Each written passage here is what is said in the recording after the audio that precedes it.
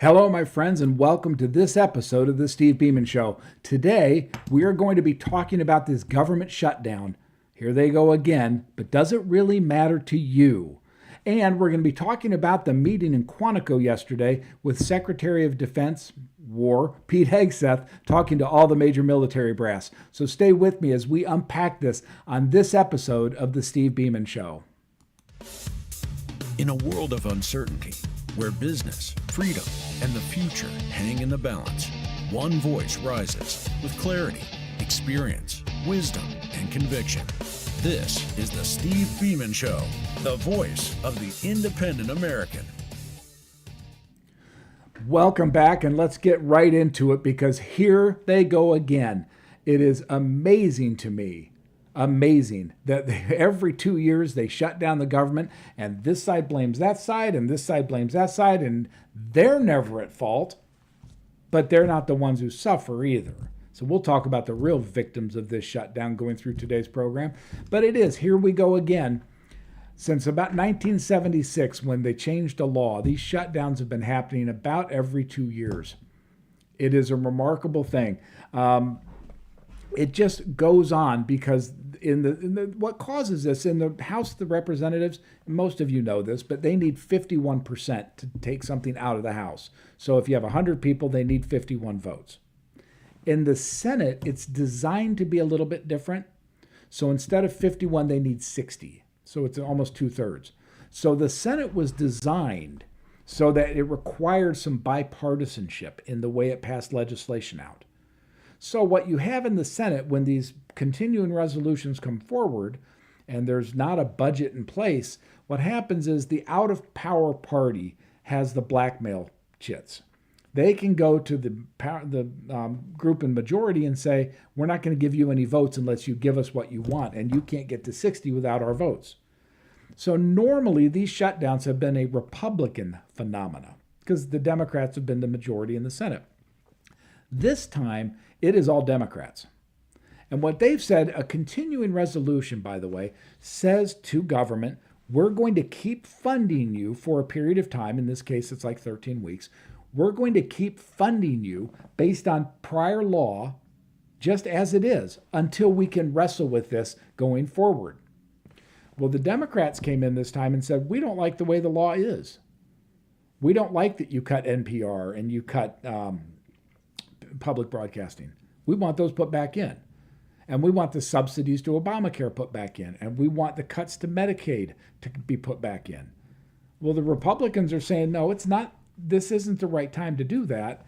We'll put those back in the negotiations going forward. The Democrats have said, well, then we won't vote for it. We won't give you the 7 votes you need to get the continuing resolution done. So what happens? The government, as of midnight last night, runs out of operating money, in theory. I mean, you know how accounting goes. There's money there. They just can't use it. So they stopped the government. Now, this is not the first time. It's not the last time. As I said, since 1976, 21 times they've shut down the government. They're usually a few days. And the most egregious example of the government being shut down that always makes me laugh is you can't look at the Lincoln Memorial. It's shut down. How do you shut down the Lincoln Memorial? But they'll put a sign up. The government shut down, so you can't visit it. It's just silly, and it's a non-starter from an economic standpoint. In 2018-19, there was a shutdown, and it was a bad one by historical measures. It was long. It had a cost of about $11 billion in the near term, and then $3 billion in the long run. Now, there are a couple of interesting things to that. First, a $3 billion effect to the economy is nothing. This is a $27 trillion economy. $3 billion is a pretty small number. But the other thing you need to be aware of is when they calculate GDP, they include government spending. So if you reduced government spending by $3 billion, well, that would come out of GDP.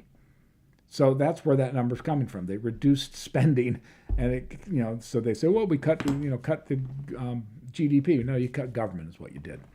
But what this becomes today is a chance for politicians en masse, Republican, Democrat, Independent, whatever they are, to go out and hit their base for money. because they're all going to create their influencer model, and they're going to go out on TikTok and YouTube and Facebook and, pick your Truth Social, X, whatever it is. And they're going to go out and they're going to scream bloody murder that the other guy made me shut the government down. What we should say in response is, and so what? It doesn't do anything. Okay, it is a fact that if you're trying to get your passport, it's going to delay it. If you're trying to get an SBA loan, it's going to delay it. If you're trying to get a permit for a new mine or a new well, it's going to delay it. But the federal criminal courts are still going.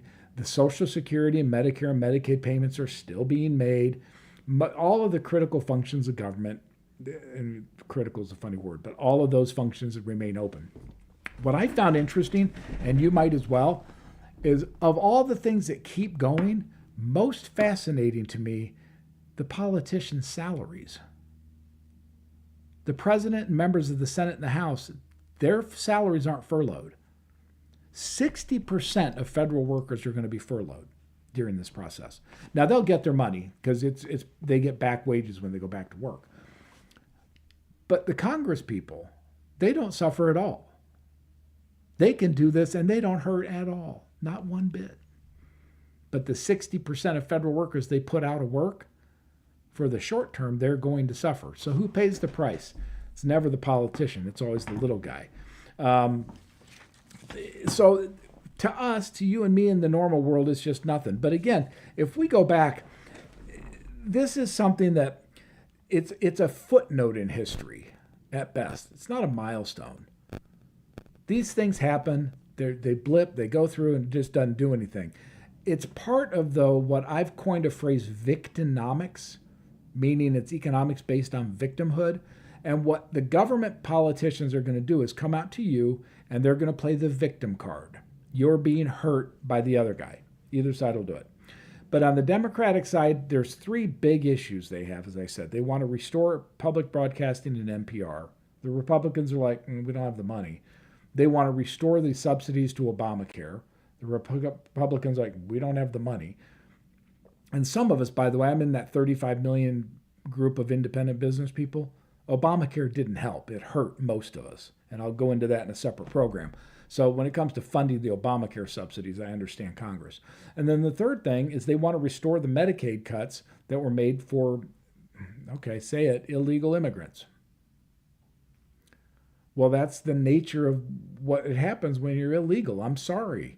I'm blessed. I was born in the United States of America, and that is a blessing that I cannot begin to express. We are the most fortunate country in the world, and I don't care how many politicians say it was never that great. It's always been great. For the vast majority of people, it has been a really miraculous and blessed country. And even relative to other nations, our minorities and our non-traditional groups have done better here than anywhere else. So I am grateful that we have this country to live in. I'm very happy that we do, and I do, and I'm grateful. So when they shut the government down, I tend to say, okay, so what? I still live in the best country in the world, and those things you want, we can't afford. And if it's restoring Medicaid, the growth in Medicaid for the illegal component, I'm sorry, we can't afford it. And I'll go into why we can't afford it in a little bit. But the reality is the country is, $37 trillion in debt. Now, not all of that's what real debt. Some of it we owe ourselves. About 10 trillion of it's actual debt we owe others. That's not insignificant, though. And on the deficit side, I'm very pleased. The Trump administration has come through on something I never thought could be done. We're actually seeing the deficit reduce, which I'm very, very happy about. So that's miraculous. I mean, I'm thrilled. We're down below 1.8 trillion now, and that's a wonderful thing. It's because of the tariffs, by the way, and they have not caused the inflation. Even Jerome Powell at the Fed said that. So the tariffs are paying off. But going back, when the Democrats say we want to restore these programs, and the Republicans say no, we can't, that's not a debate that should take place in a continuing resolution. It should be taking place in normal procedures through the budgeting process. But the Democrats don't want to give this time, and they're saying, we're not going to give you the vote, so you're not going to get it. So the big impact on this, it does affect the small business, because if you've provided information for an SBA loan, That's going to be delayed. And that is not good. That ripples down through it. The SBA processes like 60,000 loans a year. It's a big number. So that's a huge thing. I mean, that is, and I respect that and I understand that. But the practicality of this is that it's not going to materially affect you. Now, as we talk about effect and we look at Americans and the effect of government on them, there's some statistics I found just fascinating. I was looking at stuff to say today and talk to you about. If we look at our dependence on the federal government or on government in general, if you go back to like 1910, total take from local, state, and federal government was all of about 10% of the economy. We had a very laissez-faire government. It didn't get involved in individual issues. They spent money on some national defense, and that's where most of that money went, but also on some infrastructure projects. So we went from 10% to today, we're at like 43%. So state, local, and federal spending is 43% of the GDP. So when somebody says we have a $27 trillion GDP, 43% of that's government. That's a big difference. That's a material thing. So what we've done is we've embedded government spending into the GDP numbers, and that it misaligns kind of how people think we're doing. I've spoken often about this. If you look at the economy, let's go from like 2015 up to today. In 2015, our debt was $15 trillion. Today, it's $37 trillion. So it's up significantly. If you look at the GDP, we've grown from about 12 trillion to 27 trillion, so we're up 15 trillion. But our debt's grown much more than our GDP growth. So what that tells you is our economy is all built off borrowing. Most of it's government. So the economy in the private sector has grown, but overall the big chunk of it since 2015 has been government and government borrowed money. Because we have become more and more dependent on government for services. Now, in the world of economics, they will tell you that a sweet spot for government involvement is maybe 35 to 45%. That is thought to be the sweet spot. And the reason for that, by the way, when you get down around that 10% line today, there's not money for infrastructure. You can't build roads, you can't build hospitals, you can't build a judiciary system, you can't build courts and all that stuff. You need government to do some of that. Most of us respect that. Now, in our country, a lot of the money isn't just the hard services of government. There's a lot of transfer payments, and that's Medicare, Medicaid, Social Security, aid to families with dependent children. All of those things are transfer payments. They're not additive to the economy, but they are, in our world today, entitlements offered to the people. So when the government shuts down, we panic because we think, oh my gosh, our benefits are going to go. Well, no, you're not. Medicare, Medicaid, Social Security, AFTC, all those payments are going to get made. You won't miss a check. So again, the government shutdown means virtually nothing. It's just not relevant to you. So as you think about this, and we go back to why I want to talk to you, I want to put a rational face on this idea of the shutdown. It is caused this time by the Democrats. And it's because they want to put funding that was taken out during the big, beautiful bill back in the spring. They want to put funding from that back into the budget today.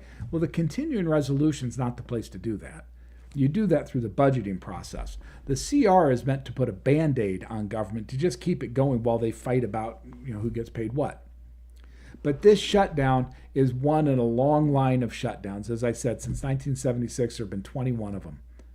And the bad ones have a minuscule effect on the economy. Now, this one could be a little different, and you hear people talking about it different from a standpoint of Donald Trump not just furloughing, but permanently doging a lot of the federal workers. Now, I'm a believer that there is bloat in federal government, and you can probably let some go without any effect on productivity. I think that's probably true. But we'll see what Trump does as a permanent cut to that group. As I said, in 2018-19, you had about a $3 billion reduction in government. We'll see what he pulls out of this. And that could be the big long-term outcome. Generally, these things are a footnote in history. They're not a driver to any big things. They don't affect things. And the markets today, by the way, are up. So if you look, and you'll hear me frequently say, I looked at the stock market to see what stocks are really worth. Well, the people in the markets don't think this is any big deal. Last night it traded down a little bit, but it's come back up today. The S&P and NASDAQ are positive. The Dow's flat. So if the markets think it's, steady state on everything, I think you and I can pretty much just rest assured that it's not going to mean anything. The talking heads will try to get you mad. I did a podcast on millionaires, billionaires, and hypocrites, and it was generated on the idea that the Bernie Sanders, the AOCs, the Ilhan Omars, and those people, they exist to become influencers. They want more followers, they want more likes, they want more clicks because they get paid for that. They sell more books, they sell more speaking engagements. So they fly around in their private jets and they gin up the audience. Well, what does that do? What are they really helping? They're not. They're helping themselves, and thus the hypocrites. They're the millionaires. You're not, because they're the ones making you mad and you send them money. Now, the Republicans do it too. I get that. The difference is Republicans aren't as good at it. Democrats are masters at social media from an influencer standpoint. Go look at Representative Crockett. She's great at throwing flames that get tons of views. Well, it doesn't help anybody, but it gets her a lot of views, so she becomes a powerful influencer. Well, that's what this will be. This will be the millionaires, billionaires, and hypocrites. It's that all over again, where you're going to have all the talking heads come out. They're going to make a big stink about it. Oh my gosh, they shut the government down. And you're going to be sitting there like I do going, and so? Now, that doesn't belittle the federal workers who are laid off. Realize, again, most of them will get back pay. So they're not going to be hurt by it. It's an inconvenience. Some are going to be permanently let go, and Trump has made that crystal clear. And for those people, I hope they can find jobs in the private sector. We are growing in the private sector, and maybe we can find good employment for them. So at the end of the day, though, for other than the 60% of the federal employees who are going to be furloughed, this isn't going to affect you and me at all. So it's a big nothing burger, but it sure gets a lot of press. I want to switch gears and talk about Secretary Hegseth in Quantico yesterday. You and I both watched. By the way, before I do, I want to go back. I'm going to show you something. I pulled these charts. These are charts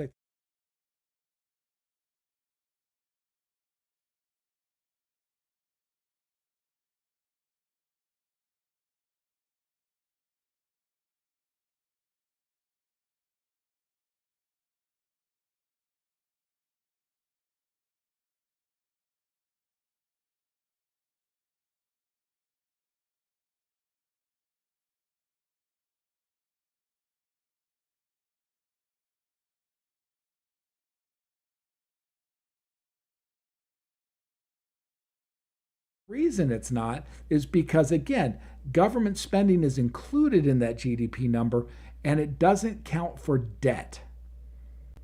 So as government has gotten more involved, it falsely accelerates that GDP, number one. Secondly, it negates how much debt the government has put on us, which in the long run, somebody has to pay for. So anyway, I want to get back to that. But going back to Pete Hegseth, first, I still call it the Secretary of Defense because it is a congressional order that is required to have it be labeled the Department of War. I understand why they're doing it, and here it is. We have been in a defensive posture since the end of World War II. Vietnam, Korea, all those things were done as a defensive war. We were trying to prevent somebody else from doing stuff. What the Secretary is doing at Trump's demands is resetting the military to be offensive oriented. In other words, we're going to take the battle to them. We're not going to wait for them to take it to us. Part of that thinking is in a nuclear world, you can't wait around, like Iran. We can't wait for them to get nuclear weapons because they'll use them. So we have to offensively go in and deal with things before they happen. That's a huge change in the mindset of the military. Just huge. So the takeaway from yesterday is that there is this massive shift in theory from defensive to offensive. Secondly, what he was crystal clear about is getting rid of DEI and getting rid of anything that went to the idea of gender. What he said was, we want the best person for the job. And if it's a man or a woman, I don't care. If you're black, white, green, I don't care. Give me the best person for the job. And that always comes down to physical capabilities. When we started to put women in the military, they had to set up a second tier of standards because, in general, men are stronger than women. Now, I'm not saying there aren't women stronger than me. There are. I'm not saying all women fall into this. But generally speaking, men are stronger than women. So if a man can do 20 pull-ups, whatever it is, historically a woman couldn't do that many. So they lowered the standard for women. What Hegseth is doing is saying that's not fair and it's not right and it's not just. This is a military. It's not a social experiment. If you have to do 20 pull-ups, that's the limit. You got to do 20. I don't care if you're a man or a woman, that's what you have to do. Now you could argue that's more fair, right? Everybody has the same standard. But it's a shift in Defense Department policy from, again, a social experiment into a pure military machine. So many people looking at the military, and I know the inside military people support this hugely, they're moving fully to a meritocracy. So that's going to be a change in American dynamics militarily. And I think it's highly relevant for you to be aware of it because we have hotspots around the world. And Ukraine, Israel, Pakistan, India, China, Taiwan, North and South Korea, these are all hotspots that could explode any moment. One miscalculation on the part of one of those despotic rulers, and we have a real problem on our hands. So what the Trump administration is trying to do is set up to say we're going to prevent that from happening by having the most powerful offensive capabilities ever invented. I mean, we saw that again in Iraq or Iran. Instead of waiting for them to develop their nuclear weapons, we went in and said, forget that, we're going to take them out. That showed enormous offensive capability. What the secretary is doing is pushing it to give us more and more offensive capability. I think it works. I think if you look at this, it's a good thing to stop the social engineering in the military. I would like to see a world in which we just quit talking about race so much. I think it was Morgan Freeman who made a comment once, if you want to get rid of racism, quit talking about it. And I think there's a lot of truth to that. I'm not going to suggest for a moment that there aren't racist people out there. There are people with really misguided, stupid ideas. I get it. I hear them on social media. But for most of us, the vast majority of this American population, we're not racist. And for them to come out and say, by saying that it proves you are, no, it doesn't. It means I look at the capability of a person, not the color of their skin. It's the same with, the gender bias. I don't look at men over women. I want the best person to do a job. I don't see how that's gender biased or racist. Now, again, there are those on the left who will say you're proving your own racism and gender biases by saying that stuff. Okay, I can't. Okay, most of us would agree with it. Most of us walk down the street, and I've had this example of people saying, well, if you're walking down the street, would you treat a black person differently than a white person? And my answer is, if I see a black guy walking down the street, generally dressed like I'm dressed, in other words, he's dressed respectably, he's not a gangbanger, and then I see a white guy dressed as a gangbanger, I'm going to go to the black guy. You're not talking about a racial thing. I'm looking culturally, saying I have more risk from that white guy than I do the black guy. I don't look at it as race. I look at it as personal safety. So I trust a black or a Hispanic or anybody else, in a normal world versus the white gangbanger, gang member. I don't care. So I don't look at it that way, and I would hope most people don't. I don't think most people do. So now the military is going to indoctrinate that into their systems and processes. I think it makes for a cleaner mandate on the part of the military, a cleaner mission. So that will be something we watch over a long time to come. But it looks like it was a very interesting meeting at Quantico and something that all of us can say, big change in the military. Let's see how it plays out. So going back today, we've talked about this government shutdown and the fact that it really is a big nothing. It's here they go again. 20 times in the last period, since 1976. 20 times they've shut the government down. And it never affects anything. It's a blip and a footnote in history. So don't let them get you all riled up about it. It's not the end of the world on either side. It just shows there are different priorities in each of the groups. And those are relevant because we have a midterm coming up, and I hope you'll look logically at who you're voting for and see where their priorities are. I live in Illinois, where we're going to have a competition between Pritzker and Bailey. They have very, very different views of what's right and wrong in the world.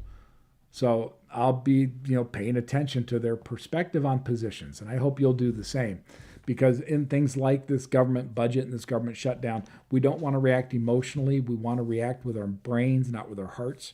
And we want to react in a rational way that doesn't give us or make us subject to, I guess, this influencer thing that the left and the right want to have happen. You don't want to just get mad and throw money at something because I'm so mad at it, I'm going to pay. No. Realize they're just manipulating you. They're not that mad about it. They go home at night and have a beer with their friends. But they sure do get their bases ginned up. So I am, looking forward to continuing the dialogue. When we get together tomorrow, we'll talk more about it if there's any news. Right now, the markets tell you it's a big nothing. I think it's a big nothing. I think there's a lot of historical precedents for this, and nothing's going to happen. And then in the second tier, that Pete Hegseth meeting, I think as we move to an offensive footing, there's a big change in doctrine. I think it will work. I hope it does. It's a risk. But then again, big things happen by taking risk. So I think he's right, and we'll just see whether or not the reordering of the military does what we think it'll do. But I thank you so much for watching me today. And again, always write me at steve@stevebeaman.com with questions. I'm live now on Facebook, on what other ones? I know I go live on Facebook and YouTube, and I'm live on TikTok. I think we'll start extending the reach through time. But if you have ideas for me, please write me again at steve@stevebeaman.com. I've got some books up on Amazon I'd love for you to take a look at. If you watch the little closing video that I have, it'll show you where you can find those books. And I do have some webinars coming up with SCORE, the Service Corps of Retired Executives. If you're running a business, a small business, that is in my sweet spot. I have been one of you for 40, 50 years of my life.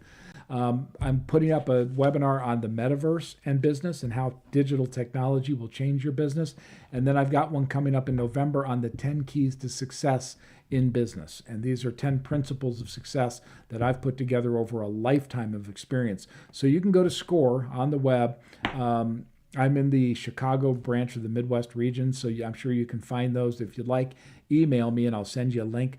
Also, up on the, you'll see in the little video, I have some master classes available to you, one on digital entrepreneurship and one on the path to prosperity, which is financial literacy.